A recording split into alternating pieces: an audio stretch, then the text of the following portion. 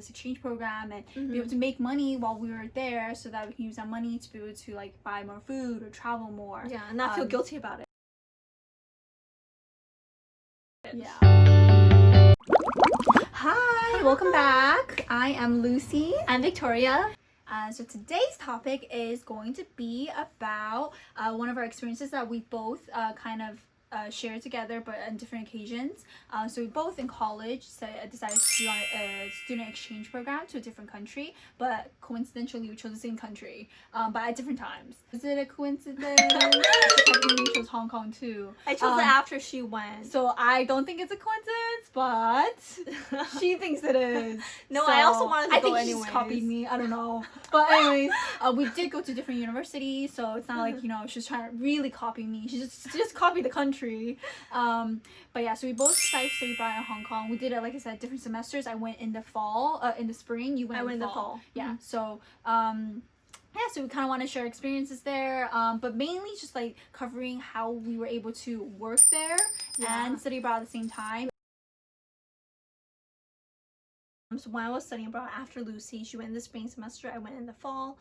Before I even went on the trip, I wanted to, or my study abroad program, I wanted to get a job. I told Lucy that I wanted to get a job and a new experience, and I wanted something completely different from what I've done before. And so I was like seeking that out. I didn't really know exactly what that meant. I wanted to work for experience, but also to get a little bit of money would be nice, to have a little extra cash here and there. So I remember that the university I went to, the University of Hong Kong, they offered a career fair similar to most of the career fairs in the States, but this one's focused for startups, and I think a lot of states also have these kind of startup career fairs, and then startups in the area or in Hong Kong or within the schools, so student-made startups were offering internship opportunities for any students that were interested, and so I decided to go. So were some of them like paid, or were they like? I think most of them were paid. There might have been some unpaid ones. And I remember going. I dragged one of my friends with me, and he was like, just tagging along for fun. He was from Germany, so he didn't really have as much like career experience. Like the internships we have in the States.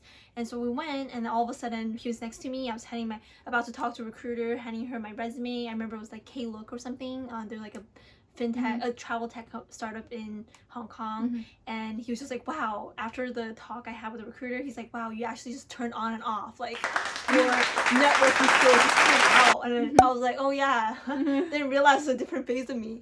But that was really funny. And then one of the startups I actually ran into was this guy. He owned this media company, and they basically write media about Hong Kong, but very focused on startups in Asia, which I thought was very interesting because I never thought about like startups in Asia being very different from startups in the States. And so while I was there, I decided to interview with them and also work for them as a business development intern, where I was helping drive some of the projects that they're working on. So the really cool project I got to work on was helping them start thinking about building an incubator program in Southeast Asia. I thought that was really fun. He actually just paid for me like while I was working at the WeWork kind of space close to my school.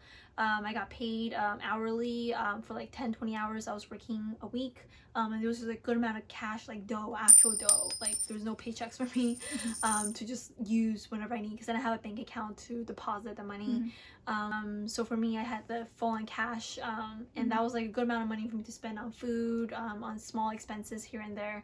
And that was overall a fun experience. Like it was fun to work there, to do something completely different. It wasn't taking away from any of my other experiences. I still had time to hang out with my friends, but it was just like an add-on to be able to have a completely new and different experience for me, and also getting paid for that. So at the time there, I wasn't really thinking about job. I was just really just there to enjoy my time, just because, you know, you get a once in a lifetime experience. Like, you know, I want to spend my time, be able to interact with people, travel, just like, you know, make the most out of it.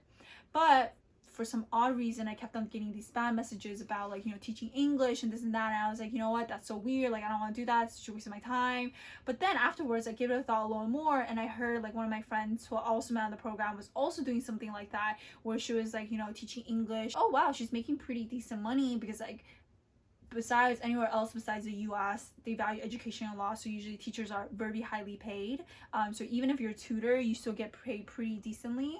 And so for me, I guess I decided to take up on the offer, so I just like WhatsApp like one of the persons that reached out to me, and so we kind of got the communication going. I think they only wanted my passport, and maybe it was a very brief application. It wasn't like too intense, and so it was pretty easy because it was like a tutor kind of thing. So like kids only got tutor on the weekend, so I didn't really go during the weekdays. Also, my availability was only on weekends, and they paid me pretty decent. I think it was like maybe 400 500 Hong Kong dollars per hour, so like, you know, I could be making like 1,000 every time I go.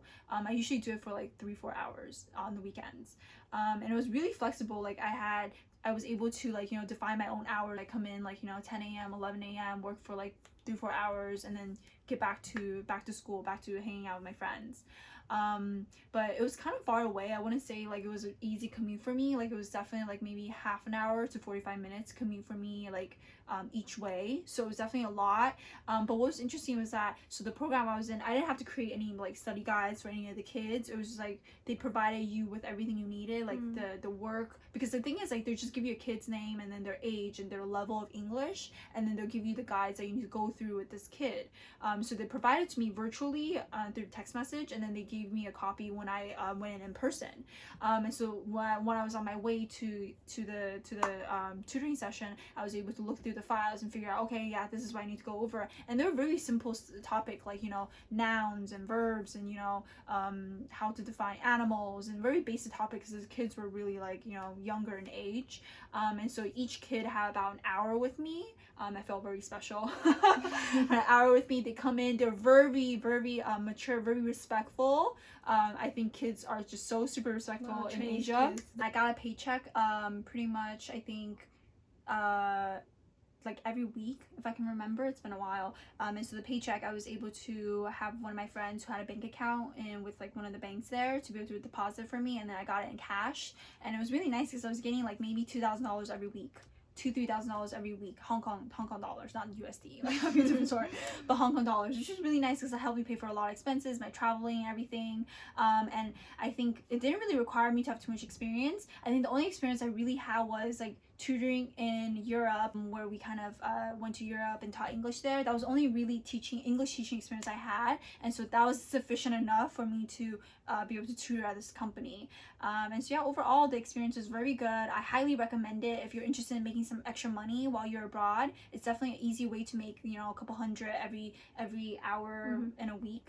And also it's like very flexible. If you're a student and you want to travel too, like obviously you're not there just to work, right? You're there to have fun. So like, you know, it was a really easy way to define your schedule, to be able to come in when you need to and make extra money. That sounds really cool. Yeah. Wow.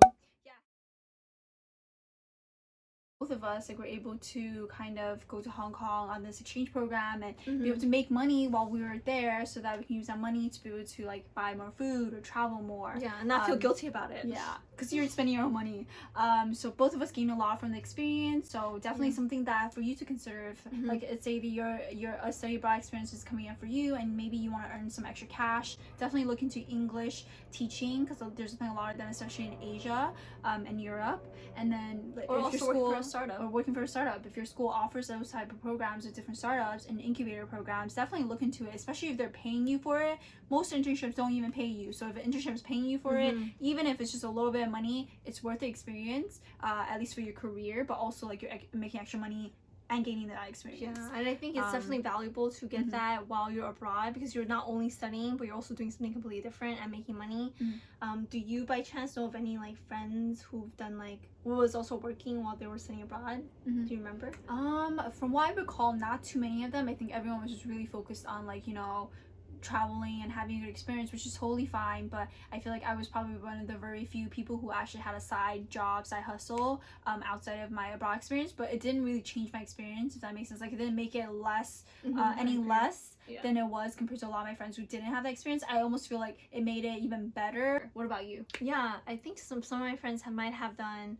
My girlfriend Catherine, she was doing something. She was like a customer support for one of the products. I think she was doing that while she was back in the States, but she's also carried that over to Hong Kong, and by doing that she was able to make a little bit extra cash. But yeah, besides that, I think there's like definitely a lot of opportunities to do that. If you like seek out different opportunities out there in the world, and even if you're in a different country, definitely a lot more opportunities and very unconventional things that you don't really normally think about as like a job or a career choice or an internship opportunity. Yeah. Anyways, hopefully you guys like that video. Hopefully you like the ideas we kind of brought up, and if you do, please hit the like button, subscribe to our channel where we're going to be talking more about travels, careers, our experiences, and everything on top of that. So yeah, definitely subscribe. Put any comments if any questions, or if you have any ideas about videos that you want us to hear from us. kind of hear more from us. Yeah, have a good day. Bye. Bye. Wash your hands.